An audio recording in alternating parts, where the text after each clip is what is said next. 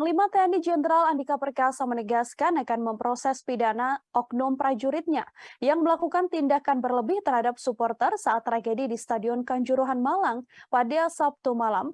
Jenderal Andika menyebut telah memulai investigasi terhadap aksi prajurit yang diduga melakukan tindakan berlebihan kepada supporter Arema FC. Investigasi awal dilakukan Markas Besar TNI melalui video-video viral yang memperlihatkan aksi anarkis prajurit terhadap penonton yang memasuki lapangan pertandingan. Berdasarkan video yang beredar di media sosial, ada dua prajurit yang terbang sembari menendang ke arah tubuh dua penonton. Dua supporter tersebut menerima tendangan dari dua oknum prajurit ini ketika berusaha kembali ke area tribun penonton seusai memasuki lapangan pertandingan. Tendangan keras dua prajurit tersebut membuat dua supporter ini terpental dan terkapar di lapangan. Tak jauh dari lokasi kekerasan ini, terlihat puluhan prajurit juga turut mengejar dan memukuli supporter menggunakan pentungan. Jenderal Andika mengatakan prajurit TNI tersebut bukan saja sudah memenuhi unsur pelanggaran disiplin, namun juga tindak pidana.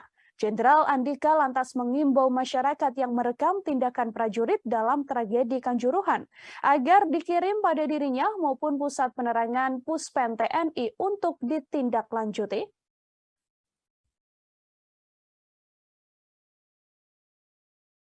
Satu, untuk mengungkap kasus atau peristiwa Kanjuruhan yang terjadi pada tanggal 1 Oktober 2022, maka pemerintah membentuk tim gabungan independen pencari fakta